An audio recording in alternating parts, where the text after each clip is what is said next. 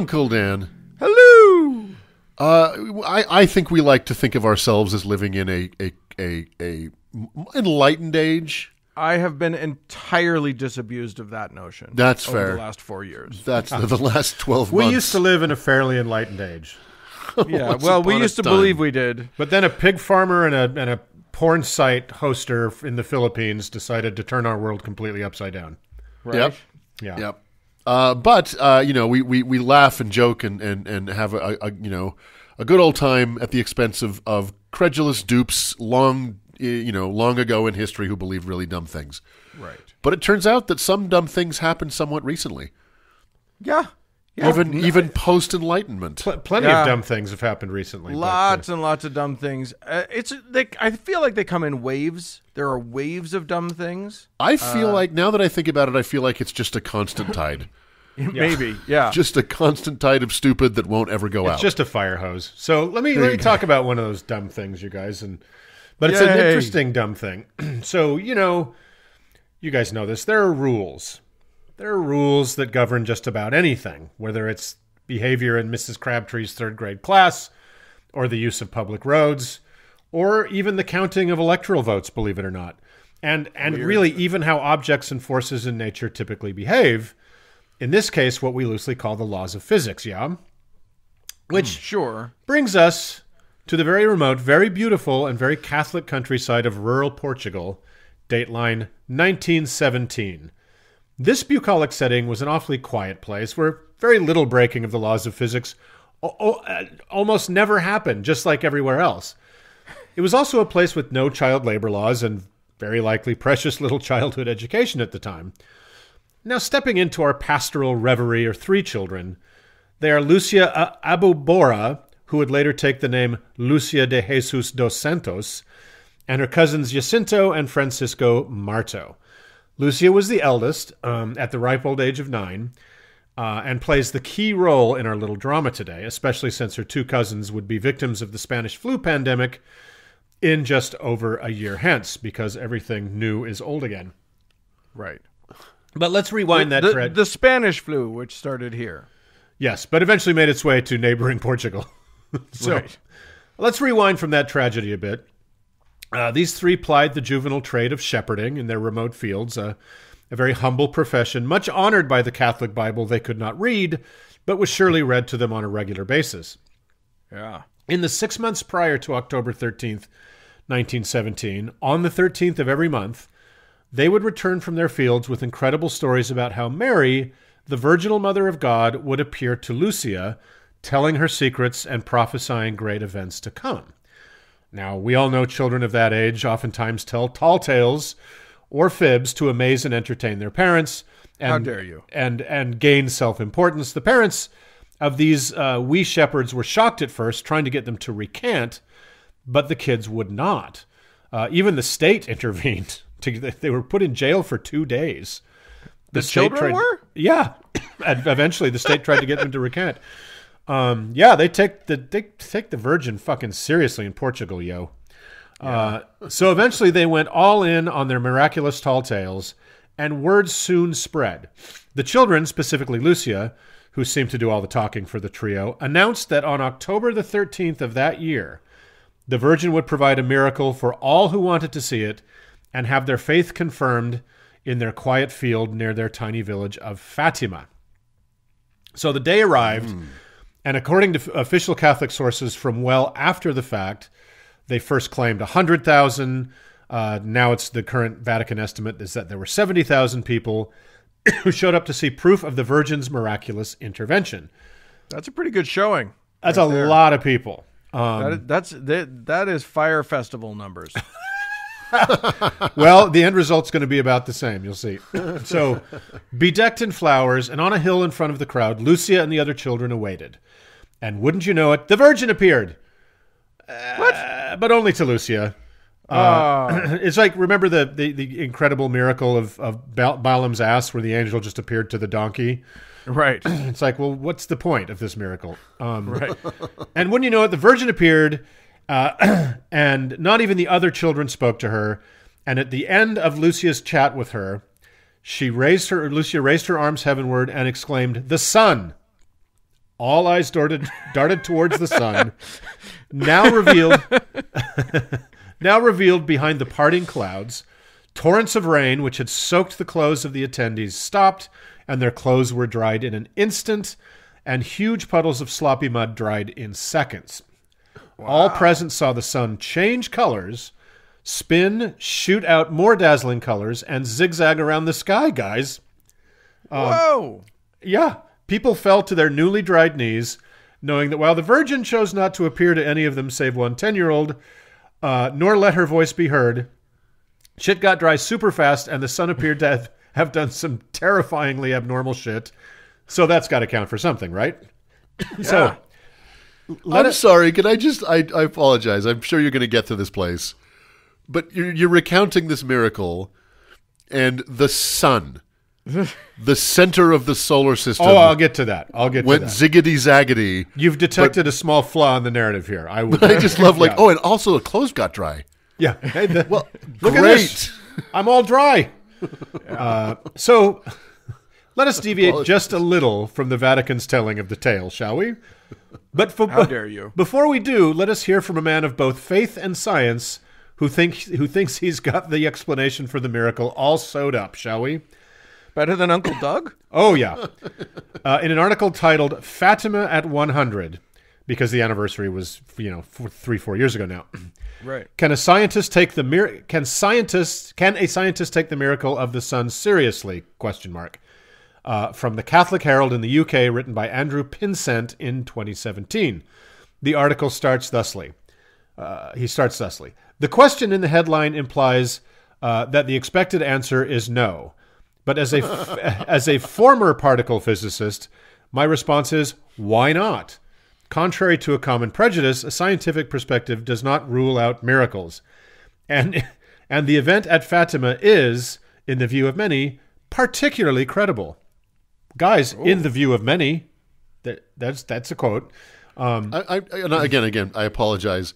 Former particle physicist? Yeah, I guess he was stripped of his rank, apparently, for some reason. We're taking these subatomic particles from you. I said good day, sir. They tore off his shoulder boards and broke his Give us your CERN badge collider. and gun and electron microscope. Yeah. So he continues. From the perspective of 2017, this is amazing. The timing also seems propitious. The apparitions took place 4 centuries after the start of the Protestant Reformation in 1517, and 2 centuries after the founding of the first Grand Lodge of Freemasons in London in 1717. Milestones in the shift from Catholicism to religious indifferentism. On the very day... On the very day of the miracle, the sun... Can I just jump in real quick? Sorry. Yeah. I just want to jump in and point out, because I encountered this for my thing this week. The Freemasons preceded that by a long shot. It's just that they opened their thing in London, and that was a momentous occasion. Like, you can find, on the 17th year of any century, plenty of shit happened. You know what I mean? It's like, of any century, any time. But he managed to find the true meaning in all of this. So, and he continues, on the very day of the miracle of the sun, which is the other name for the miracle of Fatima, in 1917, the Petrograd Soviet took military control in Russia, paving the way for atheistic communism to begin its ruinous domination of much of the world, persecuting the church and leading to the cruel deaths of tens of millions of people. Okay, I'll continue. This sounds like something we would write. As a joke. Exactly. And he finishes, hence it is not surprising that God should have granted us a spectacular miracle with stern warnings of the repentance and penance with which we need to respond to his gift of grace for the salvation of our souls and of the world. Yeah, okay. So basically, look, guys, the Bolsheviks are going to take control and overthrow the theocratic aristocracy in Russia, so I better appear to some children in Portugal. Right. Yeah, God's aim is... And appearing in Portugal sure did do a lot to stop that Bolshevik revolution. Yeah, right? It sure did. I mean, I can understand saying that this is, quote, particularly credible because there were, 70,000 people there. Yeah. Like, if you're going to make that argument, I can say, okay, it's harder to deny something that many people attest to in some way. Of course, and that's why, and I'll get to it, that's why this is such an important miracle to the church. So now that we've heard from the particle physicists, let's look at some actual skeptical angles on this mass witnessing, shall we? Okay, I'm looking directly at the sun now. Is that what Start I'm supposed now. to be doing? Okay. Firstly, let's talk about the numbers of people. There luckily are quite a few photographs of the day. It should be noted that there is not a single one that in any way demonstrates the sun running around the sky like a crazed kitten or a series of photographs, but there are photos nonetheless. Skeptical authors and investigators suggest there may be 30,000 people, but what's a rounding error of 40 to 70,000 between friends? But still, that's a lot of fucking people showing up in the middle of nowhere in 1917 in Portugal, right? It's an impressive number. Then there's the torrential rain and the instant dryness claims. Again, the photographs do show at one point there were a lot of people with umbrellas open. However, the later photos from the same afternoon show people waiting expectantly for the event show no umbrellas deployed. And a close study of the clothing and hair of the attendees shows no sign of saturation or draping you would expect in soaked fabric or hair. The pictures showing the ground prior to the event reveal no puddles or evidence of mud on shoes and clothing. And not all of the eyewitnesses interviewed, most of them were interviewed by the highly motivated priest Father John Marchi, more on him in a bit, ever mentioned sudden dryness.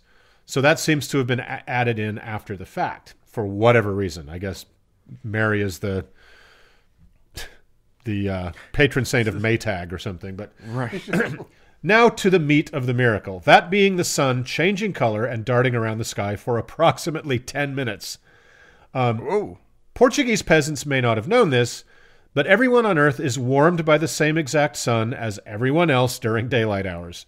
Yet nowhere else on Earth did anyone see what would be the most profoundly unusual event in history.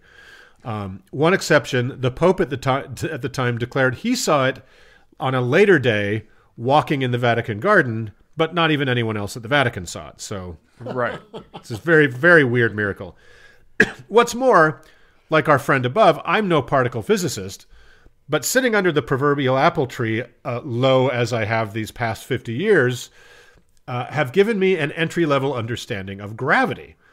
I know that there is a fairly delicate gravitational détente in our solar system, with all the major bodies and the minor ones locked in a fragile push-pull semi-stasis as they orbit.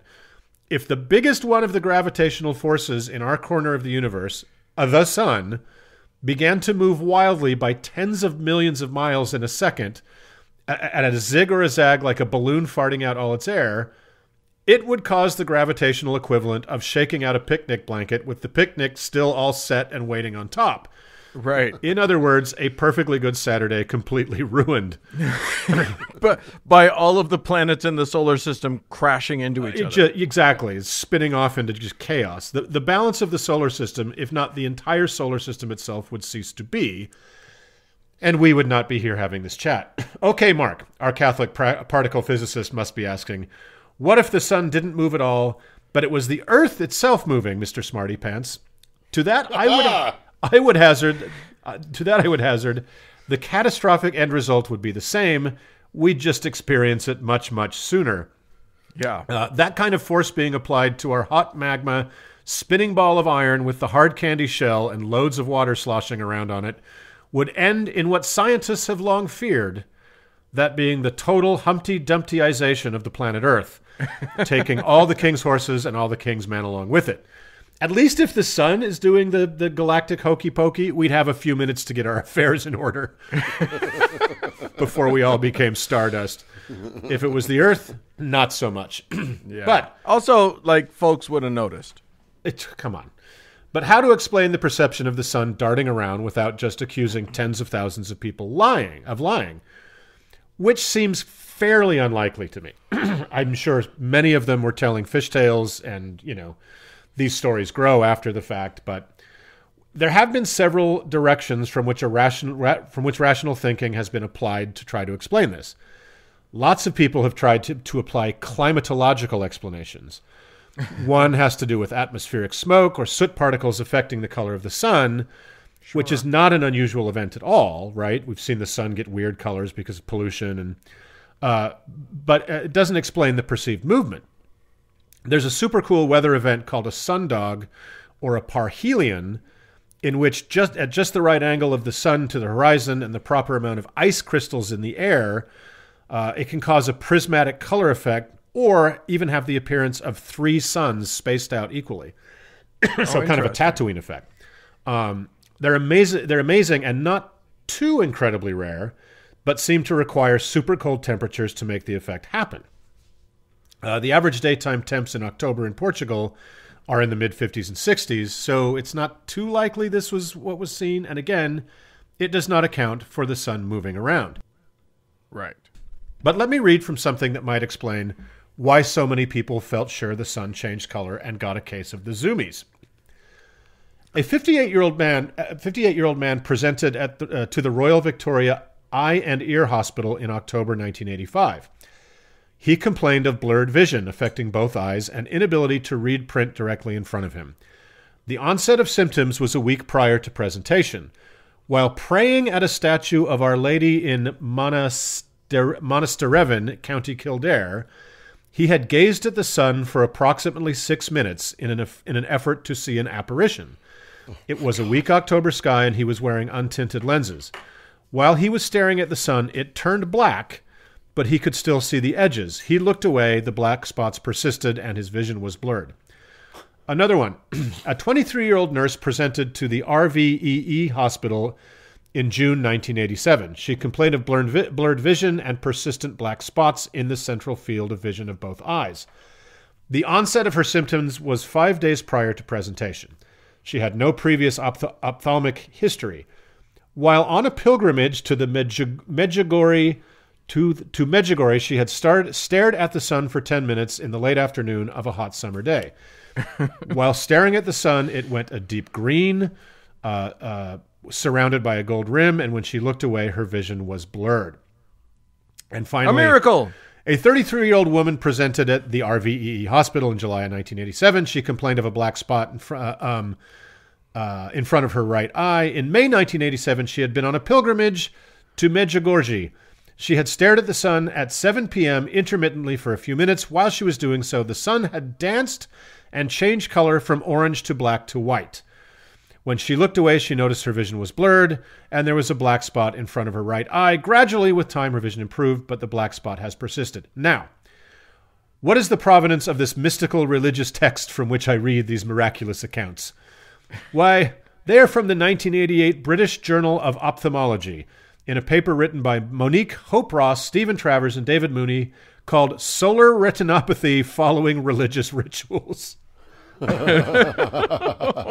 right. The phenomenon of deeply religious people staring at the sun until it creates serious, usually permanent damage to the retina in order to see the miracle of the sun turning black and green and flying around is common enough to have scholarly papers and a diagnosis all to itself. Wow. It's a form of visual artifacting or after effect. We've all experienced a very common form of it when we stare intently at, say, something that's really blue. And then if you look away toward a neutral surface, you'll see the same shape in orange, right? Right. But while that is just a visual brain game, what these people were doing goes well beyond that to actual serious physical damage to the eye. There's a reason we don't stare at the sun. It will fuck up your eyes. The people at Fatima who saw the phenomenon just chose to fuck their eyes up in hopes of seeing a miracle. And for some, retinal scarring did just the trick. Now, remember when I mentioned Father John DeMarchi earlier? As a faithful investigator, he spent years trying to gather eyewitness testimony to confirm the miracle for the Vatican. Yet even his carefully recorded testimonies differ broadly.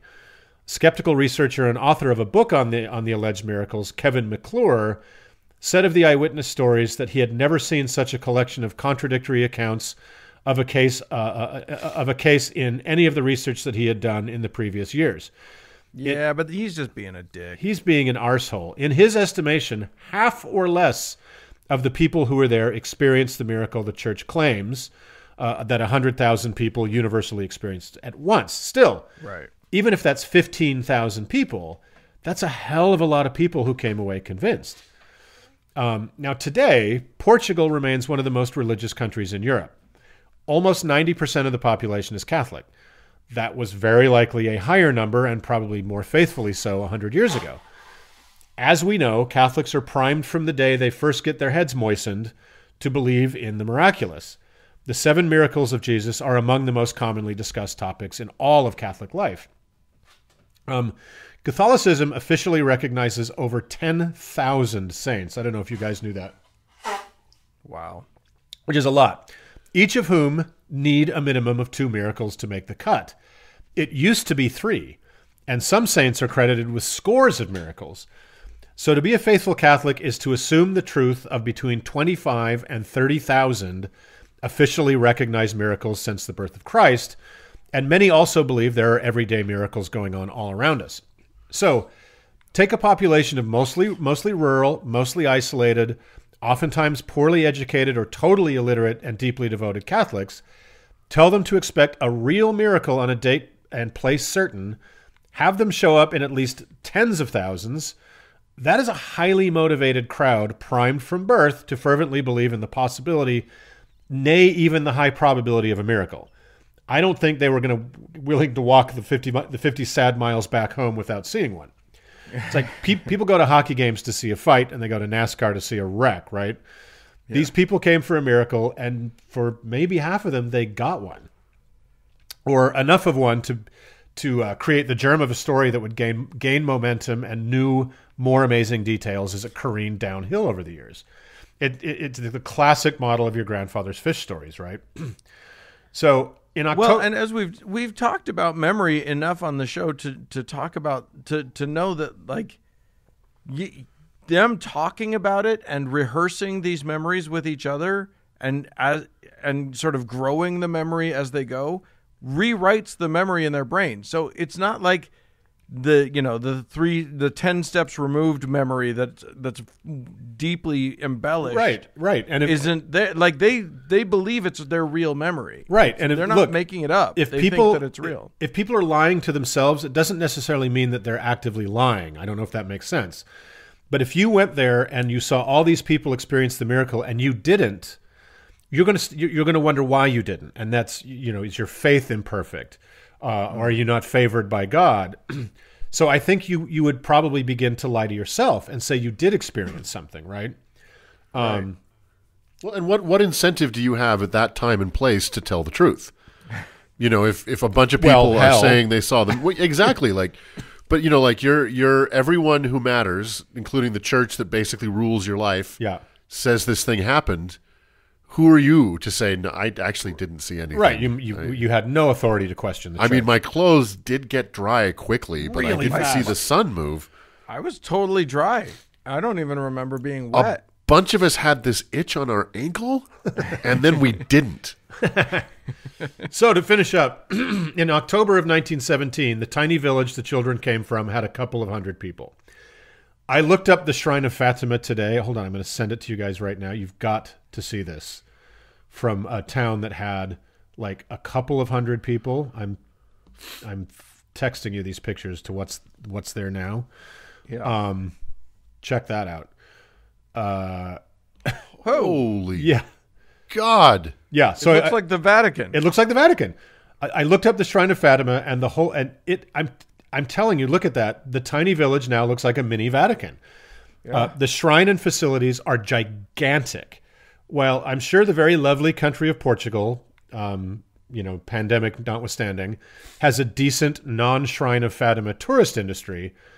But in this country of just 10 million people, in a typical year, 4 million people visit the Shrine of Fatima. Holy shit. I would hazard a guess that their economy would nearly collapse without that staggering amount of revenue, right? Wow. I'm not saying young Lucia and her cousins had an eye towards pilgrims' dollars when they set this whole thing in motion, although it is possible an adult in their life might have. We touch on kind of shammy religious, the religious pilgrimage trade in the Holy Prepuce segment in episode 126. Right. But by God, somebody is writing the bizarre events of a long ago day when a bunch of yearning faithful decided to ruin their eyes forever all the way to the bank. So to conclude, aside from the miracle of the virgin birth and the resurrection, the miracle of Our Lady of Fatima might be the most important miracle to the modern Catholic Church. That's because, unlike the others, it happened, as Doug kind of mentioned in the beginning, in modern times relatively. And they claim 100,000 eyewitnesses went to their graves proclaiming the truth of it. Proof, you guys. Modern proof of their ancient claims. Yeah. But this is a fallacious use of the argumentum ad populum, an appeal to the numbers, essentially. How can 100,000 people possibly be wrong? Well, it was far less than 100,000 by any generous count. Maybe half of them claimed to have seen something. And this multitude of highly susceptible, credulous believers with a very powerful motivation to see something couldn't even agree on what they had even seen until years later when the Vatican's official account was published. So, which was like in 1930, I think they finally decided this was a full-on miracle. It is nice of the Vatican to tell them what they saw. That's what the Vatican does, doesn't it? Oh, that didn't happen. Oh no, let me explain to you what you actually saw so that you can get the story right later on. So, pandemic aside, the faithful flocked to the Shrine of Fatima by the millions from all over the world, some sinking all the money they have into the trip. Many of them making the last approach to the site of the miracle, crawling painfully on their knees in hopes of getting some magic backsplash from what must surely have been the largest single case of community retinal scarring in history. And Don't crawl on your knees. Just look at the sun. You're going to be fine. It's one of those, there's a few of those Catholic shrines where people will crawl on their knees for miles, right? This is one of them. So that's the miracle, guys. There you go. I just looked up a picture of these three children. Yeah. And it's Addams Family spooky. Yeah, these kids were not attractive children. There was a newspaper account at the time that I found describing Lucia, and it was so fucking mean. It was so mean. It's like, well, she's not totally repellent. Her nose is flat and her head is round like a ball of dough, and her mouth is too big, but her eyes are cute. I'm like, who writes like that? She's 9 years old.